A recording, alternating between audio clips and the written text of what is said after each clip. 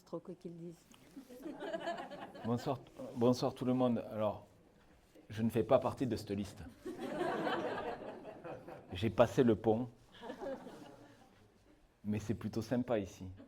Et de l'autre côté, c'est plutôt sympa aussi.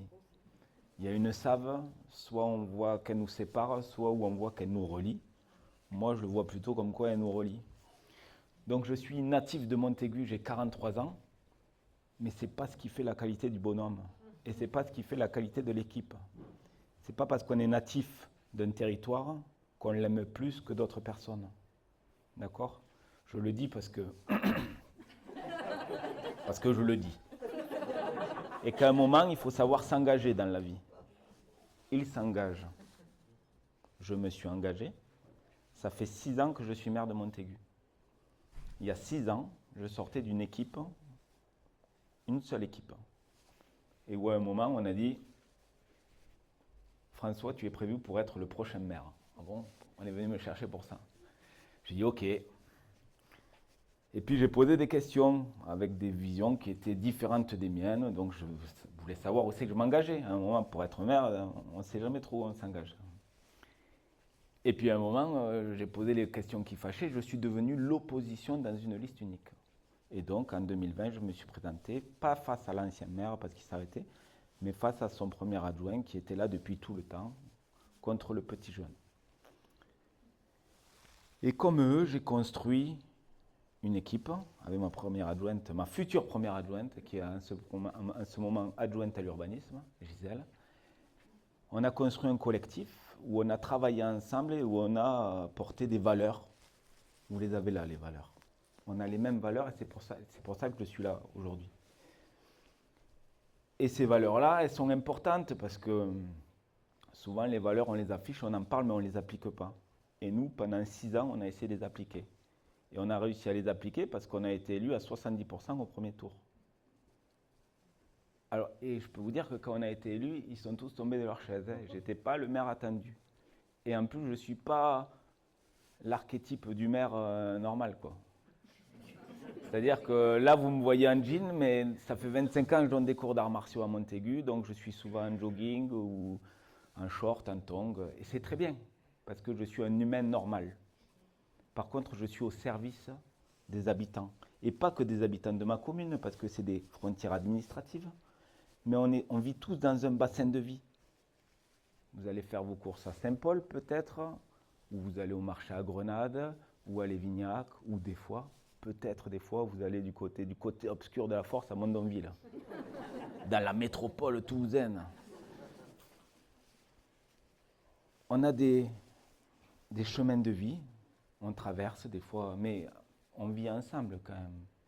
Ils organisent des trucs vachement sympas, moi des fois de mon côté, du coup on s'est dit mais on pourrait faire les choses ensemble. On a fait plusieurs choses ensemble. On a fait la médiathèque. Votre médiathèque, elle était ouverte 4 jours par semaine, je crois. Sauf le mardi et le jeudi. Sauf le mardi et le jeudi. Et le dimanche. Évidemment. Voilà. Et je suis venu proposer, sous l'impulsion de Marie-France et de Claude, à votre maire actuel, Jean-Luc, la possibilité d'ouvrir la médiathèque le mardi et le jeudi. Que Montaigu paye un agent de Saint-Paul pour ouvrir la médiathèque le mardi et le jeudi. Et il m'a dit, mais qu'est-ce que tu as à y gagner ? Je ne suis pas là pour gagner quelque chose. J'ai rien à gagner. J'ai rien à gagner à être maire, juste des emmerdes. Et des fois, beaucoup de bonheur, de belles rencontres, de beaux partages, de la belle construction pour l'ensemble du territoire. On casse les frontières administratives.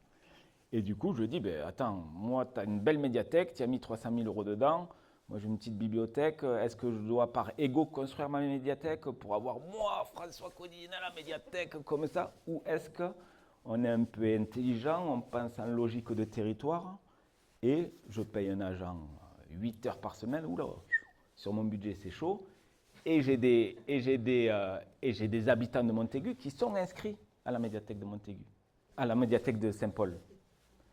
Et du coup, je garde quand même ma bibliothèque parce que à l'école, c'est plus facile d'avoir un coin lecture, mais ma bibliothèque à moi, c'est plus un coin lecture qu'autre chose. Ça n'a pas la même envergure que chez vous. Et du coup, on a commencé comme ça. Et après, on s'est dit, mais votre stade, vous avez un stade, certes, il est en zone inondable, il est ce qu'il est, mais il existe. Et ça fait 40 ans, 50 ans qu'on l'utilise, que les enfants de Montaigu, les adultes de Montaigu viennent l'utiliser. Alors, est-ce qu'on doit construire un stade? Ou est-ce qu'on peut peut-être aider à l'entretenir, peindre les lignes, venir tondre quand il faut tondre? C'est des choses simples. Vous savez, c'est du bon sens. Ce n'est pas des promesses politiques insoupçonnées. C'est à un moment, on fait un truc simple. Tu as besoin de tondre? Ok, je viens t'aider.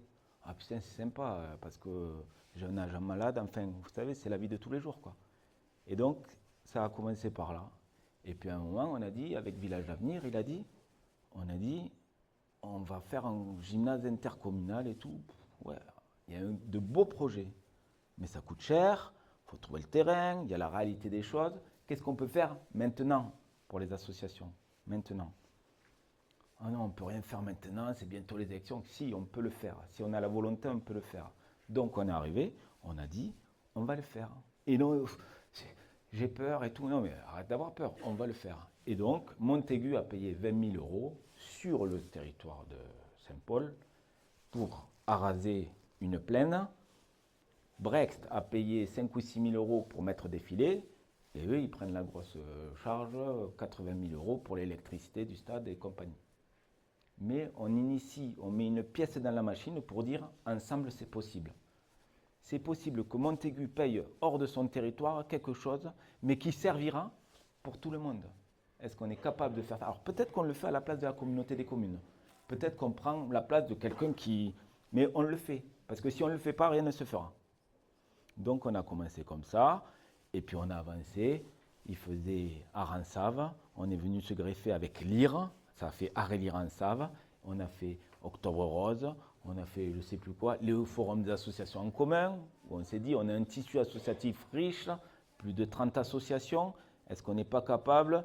Ah non, le matin c'est à Montaigu, l'après-midi c'est à Saint-Paul, je ne sais pas, on le fait ensemble, il y a, voilà, une fois chez eux, une fois ici, là où c'est le... Oui, graines de save, enfin on a fait un certain nombre de choses et on veut en faire encore plus. L'idée c'est de se dire qu'est-ce qu'on peut faire ensemble. Est-ce que quand ils ont, je ne sais pas, ils reçoivent guitare en save ou il y a le marché de Noël, s'il faut venir aider à splitter les tentes, est-ce qu'on n'est pas capable, que moi j'envoie mes services techniques pour aider, est-ce qu'on n'est pas capable de s'aider à juste passer un pont? Donc ça a été possible, on l'a fait. Et si je suis là ce soir, c'est qu'on veut continuer à le faire. On a posé sur nos listes respectives et sur nos programmes respectifs des points communs où on veut faire ensemble. Vous savez, vous avez tous un truc chez moi qui est compliqué, c'est mon fameux carrefour. Merci Pierre pour la vidéo. Il y a une vidéo qui tourne en ce moment qui a fait 65 000 vues en 3 jours, vous avez dû la voir, certains. Où il y a des jeunes journalistes qui n'ont pas trop compris le sujet, mais qui... Alors moi, l'avantage que j'ai, c'est que je sais que je serai maire la prochaine fois, je suis tout seul. Ce qui n'est pas forcément une bonne chose. Parce que quand il y a 2 listes, il y a de la démocratie qui joue, et vous êtes obligé à un moment de choisir et de vous engager. Dans tous les cas, mon carrefour compliqué, ce n'est pas un problème de Montaigu. Celui-là, il existait il y a 100 ans, il était comme ça, il y avait des carrioles qui passaient. D'accord ? Maintenant, il y a 12 000 véhicules jour qui viennent de Cadour et qui vont jusqu'à Toulouse. D'accord? Et ces 12 000 véhicules jour, ce n'est pas mon problème et ce n'est pas le problème des Montaigu-tois. Parce que nous, on part tous travailler vers Toulouse. Par contre, vous, quand vous venez, ça doit vous casser les pieds le matin un peu. Ouais. Et le problème, on l'a étudié. Il est soluble, on ne peut pas casser l'église parce qu'on l'a désacralisée. Mais elle est sur un promontoire de 8 mètres et si on la casse, il y a des maisons qui tombent aux alentours et on ne peut pas creuser la route. Les services du département nous ont dit que ce n'est pas possible. On ne peut pas mettre de feu, c'est interdit, c'est une route à grand passage, ce n'est pas possible. On ne peut pas mettre un rond-point, l'angle de giration n'est pas assez important. Bref, on ne peut pas faire grand-chose à part préempter des maisons, les casser et faire un aménagement routier. Mais ça a coûté des sous, soit à un moment, et ce n'est pas Montaigu qui va payer pour l'urbanisation croissante qui va là-bas. Donc soit on est capable de travailler ensemble avec la communauté des communes, avec Saint-Paul, avec Brext, avec les autres villages, pour faire un aménagement qui améliorera la vie de tout le monde, soit on est capable de rien et chacun reste dans son coin. Voilà. Donc j'ai été un peu long, mais il fallait poser le contexte. Dans tous les cas, vous avez des personnes engagées, et si on a pu faire des choses ensemble, c'est avec eux, et ce n'est pas avec quelqu'un d'autre. Et ceux qui font, je l'ai fait il y a 6 ans, donc je sais ce que c'est pas facile. Et ils ont construit un vrai programme. Et je vous invite à le lire parce que c'est vraiment de l'intelligence collective, comme a dit Anthony. C'est vraiment important. Et moi, je m'engage et je soutiens Ozon Saint-Paul. Merci.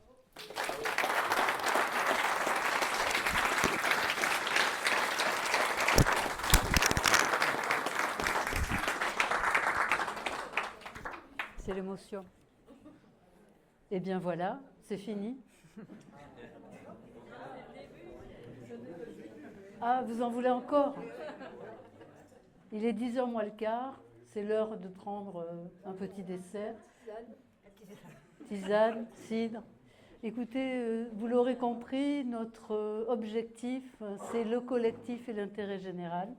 Nous vous avons proposé, nous avons quelques programmes à vous distribuer pour ceux qui sont venus, même si on viendra vous toquer à vos portes pour en parler avec vous. Donc c'est le collectif, l'intérêt général, c'est un programme, je le répète, sincère, sérieux et concret. Voilà. Place à la fête.